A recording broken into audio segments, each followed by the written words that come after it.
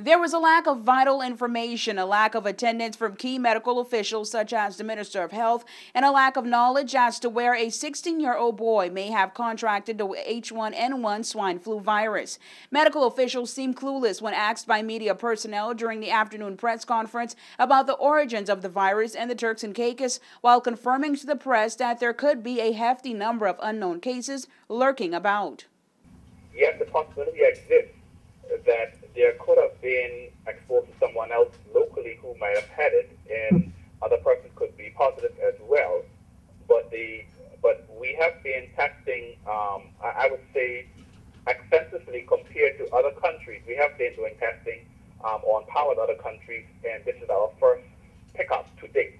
Medical officials were mum last week when questioned about reports of swine flu. However, today, health officials say they only received confirmation of the virus late Friday. Health officials would not release the name of the boy or which school he attends. Rather, they classified the subject as a, quote, resident with no known travel outside of the Turks and Caicos.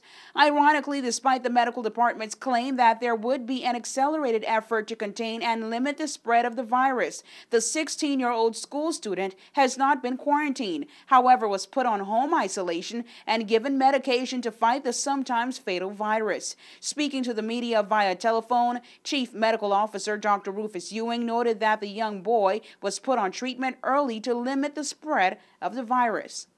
If they were exposed, there's nothing that we can do about exposure, but there's something that we can do with regards to putting them on treatment early if they develop symptoms, and also limiting their contact with other persons if they develop symptoms.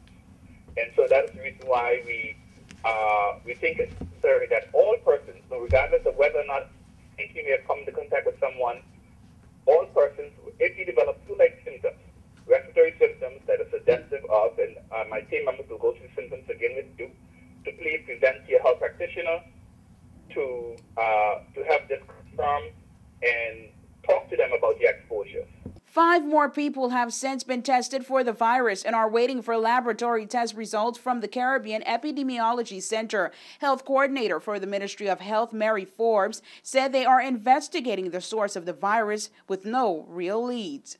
The Ministry of Health is continuing its active disease surveillance program in the Turks and Caicos Islands in order to minimize the impact of influenza A H1N1 to these islands. This includes investigations to determine the source of the exposure, identification of as many contacts as possible, encouraging individuals who may have been in contact with infected person to seek medical attention if they have symptoms. You do not expose yourself to public places or to crowd places or people in public places. So if you're at home, you can remain in the confines of your home, but live on a lovely beach by yourself. You can even chill out on the beach by yourself. All right. It doesn't mean that you can't move about in the privacy of your environment. There have been at least 24 suspected cases of swine flu in the Turks and Caicos. Health officials say that number was ruled out after lab tests showed that they did not have the virus. There are currently 5 outstanding cases being investigated. After experiencing flu-like symptoms, the 16-year-old boy was taken to private and government physicians, where it was confirmed on Friday that he indeed had the swine flu virus. Health officials stated that they are investigating the source of the virus and will notify parents, teachers, and staff who may have come in contact with the boy. News 4 will continue to follow the story. For WIV4 News, I'm Angie Toussaint.